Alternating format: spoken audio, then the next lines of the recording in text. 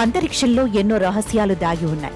ఆ సీక్రెట్స్ ను తెలుసుకునేందుకు శాస్త్రవేత్తలు ప్రయత్నిస్తూనే ఉన్నారు. అయితే ఈ విశ్వంలో మనం తప్ప ఇంకా ఎక్కడైనా జీవులు ఉన్నాయా అనేది ఎవరికీ తెలియదు.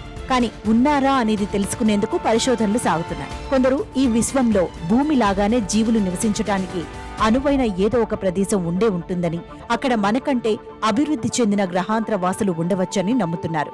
మరికొందరు మాత్రం గ్రహాంతర వాసులు లేరని అనుమానిస్తున్నారు. ప్రపంచవ్యాప్తంగా ఉన్న అంతరిక్ష సంస్థలు ఇతర గ్రహాలపై జీవం కోసం చూస్తున్నాయి. కానీ ఇప్పటి వరకు వారికి ఒకే ఒక్క నిరూపణ కూడా దొరకలేదు.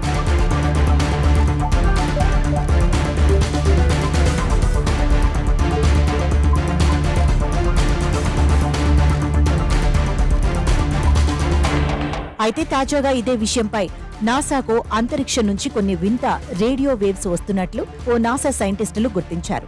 ఈ విషయం ఇప్పుడు ప్రపంచవ్యాప్తంగా చర్చనీయాంశంగా మారింది. అయితే ఈ వేవ్స్ ఖగోళ శాస్త్రవేత్తలు ఇంతకుముందు ఎప్పుడూ చూడనివని శాస్త్రవేత్తలు చెప్తున్నారు.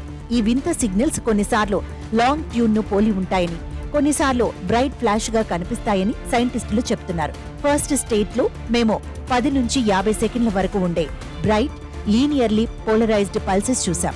రెండో స్టేజ్ లో సర్క్యులర్లీ పోలరైజ్డ్ పల్సెస్ చాలా బలహీనంగా ఉంటాయని తెలిపారు.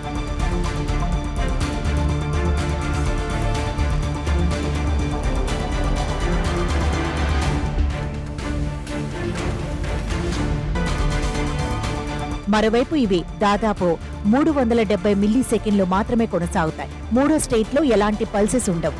నిశ్శబ్దంగా లేదా చల్లారిపోయిన స్థితి ఉంటుందని శాస్త్రవేత్తలు పేర్కొన్నారు. న్యూట్రాన్ స్టార్స్ విషయంలోనూ ఇలాంటి సిగ్నల్స్ నమూనాలు కనిపించాయి.